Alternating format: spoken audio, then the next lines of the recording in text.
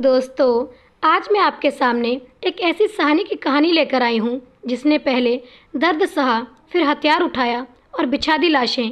दोस्तों, आप में से बहुत लोग उनके बारे में जानते हैं, लेकिन हमारी युवा पीढ़ी उनके बारे में बहुत कम जानती है। तो मैं उनके लिए उनकी जीवनी लेकर आई हूँ। तो चलिए शुरू करते हैं।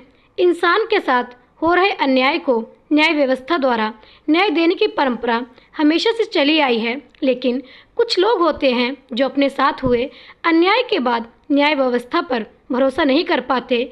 जो लोग कानून को हाथ में लेकर अपना बदला खुद लेते हैं, उनकी समाज में दो तरह की छवि बन जाती है। दस्यू रानी फूलन देवी एक ऐसा ही नाम है जो सोचने पर मजबूर कर देती है कि उसके बारे में कैसी राय बनाना उचित रहेगा। कुछ के लिए फूलन देवी सच में देवी थी, तो कुछ लोगों के लिए आज भी वह एक कुख्यात डकैत और कई लोगों की हत्यारन है। कोई आम राय बनाने से पहले आइए जानते हैं उनके जीवन के पहलुओं को टटोलने की कोशिश करें। 10 अगस्त 1963 का दिन यूपी के जालौन जिले के गांव गोरहा के मल्लाह देवी दीन के लिए नई मुसीबत लेकर आया था। मुसीबत इसलिए थी क्योंकि उसके घर बेटी ने जन्म लिया था। अगर बेटा हुआ होता तो जश्न का माहौल होता। अब बेटी ने जन्म लिया था तो चिंता से मल्ला का सिर फटा जा रहा था। चिंता उसको पालने की, चिंता उसको बड़ा करने की और चिंता उसकी शादी की। देवी दीन ने अपनी बेटी का नाम रखा फूलन। शुरुआत में पिता देवी दीन को भी इस बात का अंदाज़ा नहीं रहा होगा कि जिस बेटी का जन्म उसके लिए खास नहीं था, उसकी मृत्यु का दिन इतना खास हो जाएगा कि पूरे देश में हड़कंप मच जाएगा। अपने माँ बाप के 6 बच्चों में फूलन दूसरे नंबर पर थी। वह दब्बू और शांत नहीं थी, वह एकदम अलग थी। इतनी अलग कि सही गलत की लड़ाई के लिए वह किसी से भी भिड़ जाती थी। फूलन के पिता देवी दीन कड़ी मेहनत के बाद घर का खर्च चला पाते थे। संपत्ति के नाम पर उनके पास केवल 1 एकड़ ज़मीन थी। उनके पिता की मृत्यु के बाद उनका बड़ा भाई घर का मुखिया बना तथा अपने बेटे मायादीन के साथ मिलकर उसने देवी दीन के हिस्से की ज़मीन भी हड़प ली। जब फूलन को इस बात का पता लगा कि उसके चाचा ने उसकी ज़मीन पर कब्जा कर लिया है, तो वह उनसे भी भिड़ गई। कहते हैं कि ज़मीन के लिए चाचा से बात इतनी ज़्यादा बिगड़ गई थी कि हाथापाई तक पहुंच गई थी बात। मामला यही नहीं सुलझा। अपने हक के लिए फूलन अपने खेत के बीचों बीच धरने पर जा बैठी। इस पर उन्हें अपनों का गुस्सा भी झेलना पड़ा, लेकिन वह नहीं मानी। फूलन के उग्र स्वभाव से उसके पिता को अधिक चिंता होने लगी। पिता की इसी चिंता ने फूलन की जिंदगी को एकदम से मोड़ दिया। महज 11 साल की उम्र में उनके पिता ने उनका विवाह एक अधेड़ व्यक्ति के साथ तय कर दिया। शुरुआत में फूलन ने इसका विरोध किया, फिर अपनी नियति मानकर इसे स्वीकार कर लिया। फूलन के पिता ने उसके अच्छे भविष्य को लेकर यह कठोर फैसला लिया था, किंतु सही मायने में उन्होंने फूलन को जलती हुई आग में तपने के लिए छोड़ दिया था। फूलन के ससुराल वाले ठीक नहीं थे। उसके पति का भी उसके प्रति ठीक व्यवहार नहीं था। जल्द ही ये सब फूलन की बर्दाश्त से बाहर हो गया और वह भागकर अपने घर लौट आई। उसे उम्मीद थी कि उसके अपने लोग उसकी मदद करेंगे, लेकिन हुआ उल्टा। फूलन मासूम थी, लेकिन उसके दुश्मन बहुत ही शातिर थे। उसके चचेरे भाई ने इस मौके का फ़ायदा उठाकर एक झूठे आरोप में उसे जेल भिजवा दिया। वहाँ भी उसे शारीरिक शोषण झेलना पड़ा। जैसे तैसे वह जेल से निकलने में सफल रही। किसी तरह उसका जीवन स्थिर हो जाए, इसके लिए पिता ने कोशिश करके उसे दोबारा से उसके पति के घर भेज दिया, किंतु उनका व्यवहार फूलन के प्रति नहीं बदला और उसे मजबूरन दोबारा ससुराल छोड़ना पड़ा। परिस्थितियों से तंग आकर फूलन एक ऐसे रास्ते पर निकल पड़ी जहां से वापसी संभव नहीं थी। 20 साल की उम्र में फूलन को अगवा कर उसका बलात्कार किया गया। इससे पहले शादी के नाम पर भी वो कई साल से इसी पीड़ा को झेलती आ रही थी। पुलिस की मदद लेने का अंजाम वह पहले ही भुगत चुकी थी, सो इस बार उसने हथियार उठाने का फैसला कर लिया। फूलन के जीवनी पर आधारित फिल्म बैडिट क्वीन में लिखा गया है कि वह 20 साल की उम्र में अपने एक रिश्तेदार की मदद से डाकुओं के गिरोह में शामिल हो गई। हथियार उठाने के बाद सबसे पहले फूलन अपने पति के गांव पहुंची, जहां उसने उसे घर से निकालकर लोगों की भीड़ के सामने चाकू से मार दिया और सड़क किनारे अधमरे हाल में छोड़कर चली गई। जाते जाते फूलन ने ये ऐलान भी कर दिया कि आज के बाद कोई भी बूढ़ा किसी जवान लड़की से शादी नहीं करेगा। हथियार उठा लेने भर से फूलन की परिस्थितियां नहीं बदली थीं। गिरोह में भी उसे कई प्रकार की विकट परिस्थितियों का सामना करना पड़ा। गिरोह के सरदार बाबू गुज्जर का दिल फूलन पर आ गया। यह बस उसकी एक शारीरिक भूख थी जिसे मिटाने के लिए वह लगातार कोशिश करता रहा।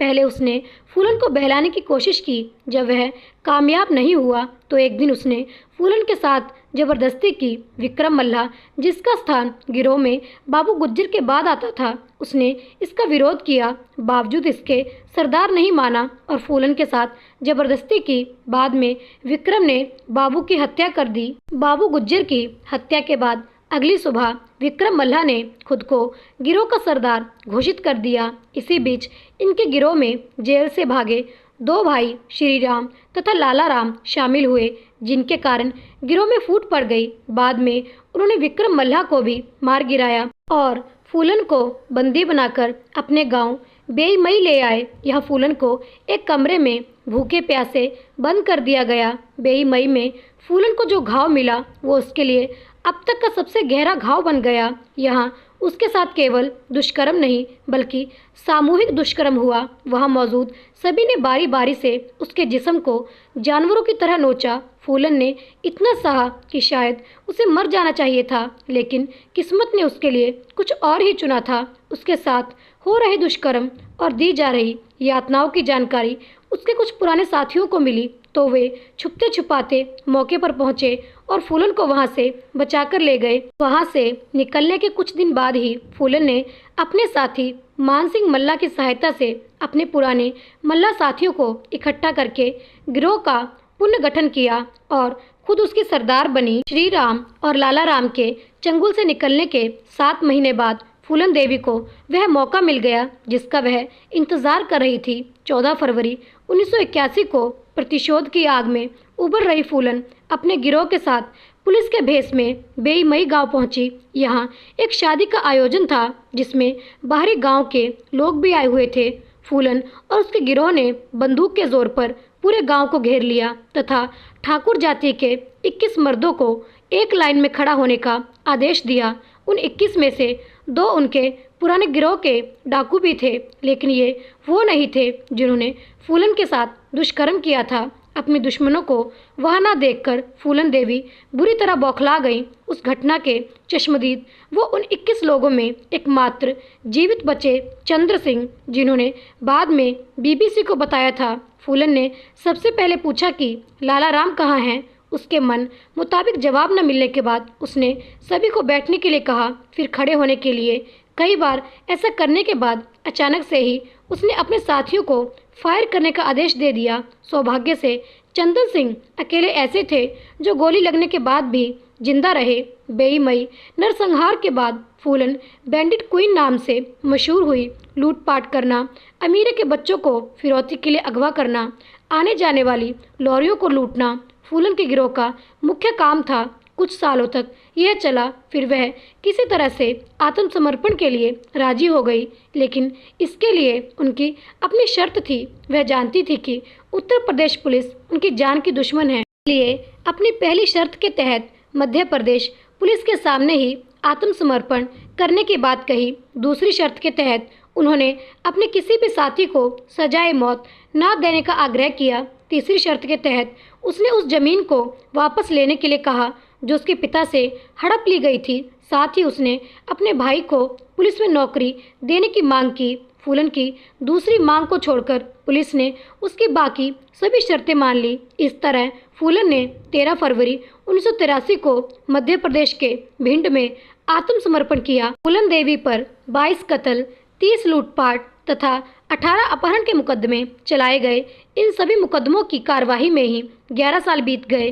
सन 1993 में मुलायम सिंह की सरकार ने उन पर से सारे मुकदमे हटाकर उन्हें बरी करने का मन बनाया। यही नहीं, 1994 में उसे रिहा कर दिया गया। अपना अधिकांश जीवन बीहड़ और जेल में गुजारने के बाद सन 1996 में फूलन ने राजनीति में जाने की राह बनाई। समाजवादी पार्टी के टिकट से मिर्जापुर की सीट जीतकर वे सदन का हिस्सा बनी। उनका 2 बार जीतना यह दर्शाता है कि कहीं न कहीं उसने जनता के दिल में अपनी जगह बना ली थी। किंतु कहते हैं न कि अतीत किसी का पीछा नहीं छोड़ता, वह किसी न किसी रूप में सामने आ ही जाता है।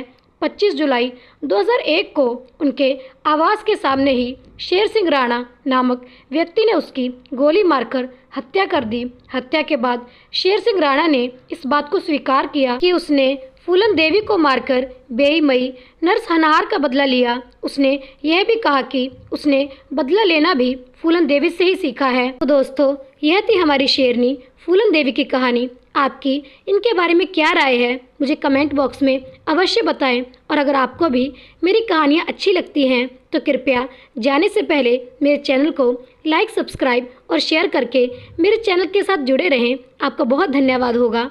मिलते हैं अगली कहानी के साथ। तब तक के लिए आप सभी को मेरी तरफ से राधे राधे।